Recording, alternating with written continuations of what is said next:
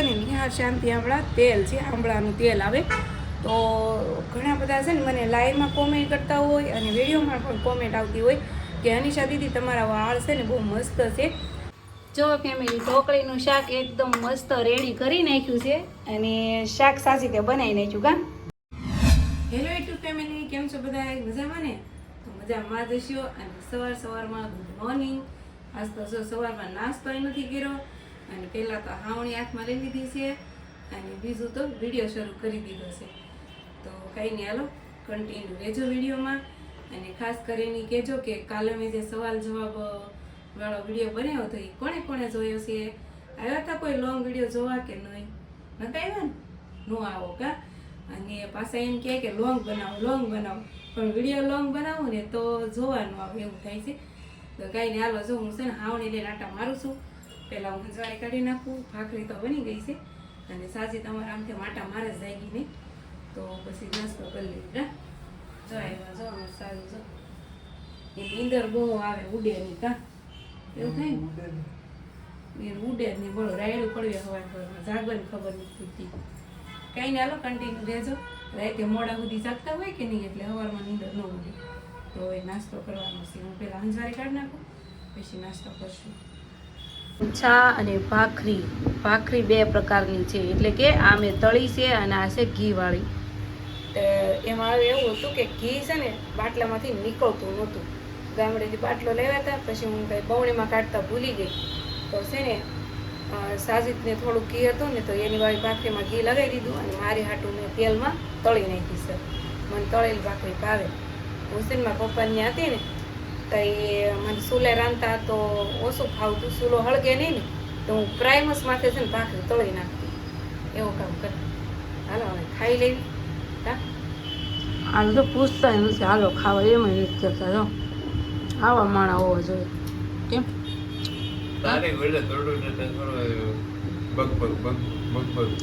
એને છે ને સવારમાં બોલવીની મજા ન આવે સાજી, પણ મને મજા આવે. મારી એવો કઈ અભિમાન નહીં, હું તો બોલ્યા કરું. જવો ફેમિલી, આ છે ને નિહાર શાંતિ આંબળા તેલ છે, આંબળાનું તેલ આવે તો ઘણા બધા છે ને મને લાઈવમાં કોમેન્ટ કરતા હોય અને વિડીયોમાં પણ કોમેન્ટ આવતી હોય કે અનિશા દીદી તમારા વાળ છે ને બહુ મસ્ત છે તો તમે એની હેર કેરની ટિપ્સ અમને કહો કે તમે શું શું લગાવો છો, શું એમાં પ્રોસેસ કરો છો કે તમારા વાળ એટલા સિલ્કી અને લોંગ છે એમ. તો મારા વાળમાં છે ને હું કાંઈ યુઝ નથી કરતી. ખાલી એક આ તેલ અને એક ઈંડુલેખા જે શેમ્પૂ આવે ને એ બે જ તે યુઝ કરું છું, બીજું કાંઈ નથી યુઝ કરતી.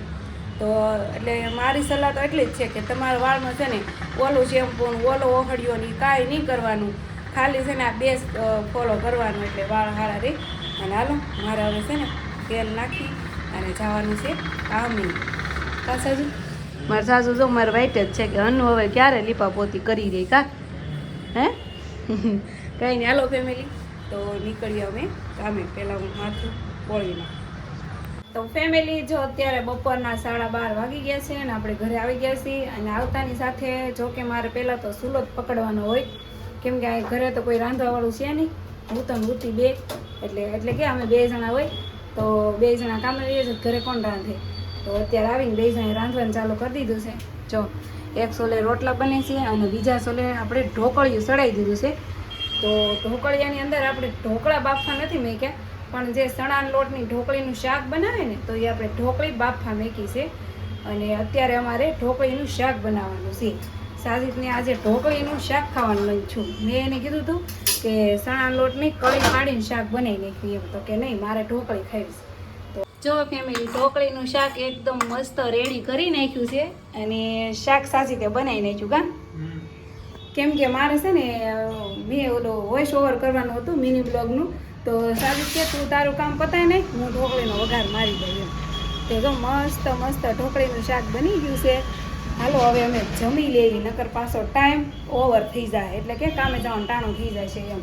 તો હવે ખાઈ લેવા. હાલો ઢોકળીનું શાક. ઠામડા પથ્થર ઉપર ખડકી દીધા છે અને હવે સૂઈ જવાનું છે ઠામડા મેકીને. હા, કેમ કે છે ને અડધી કલાક મારે બપોરે આરામ કરવો પડે, નકર પછી મારો દી હરખો ન જાય. એટલે કે ચીટું ભરતા મને ઝોલા આવે એવું થાય.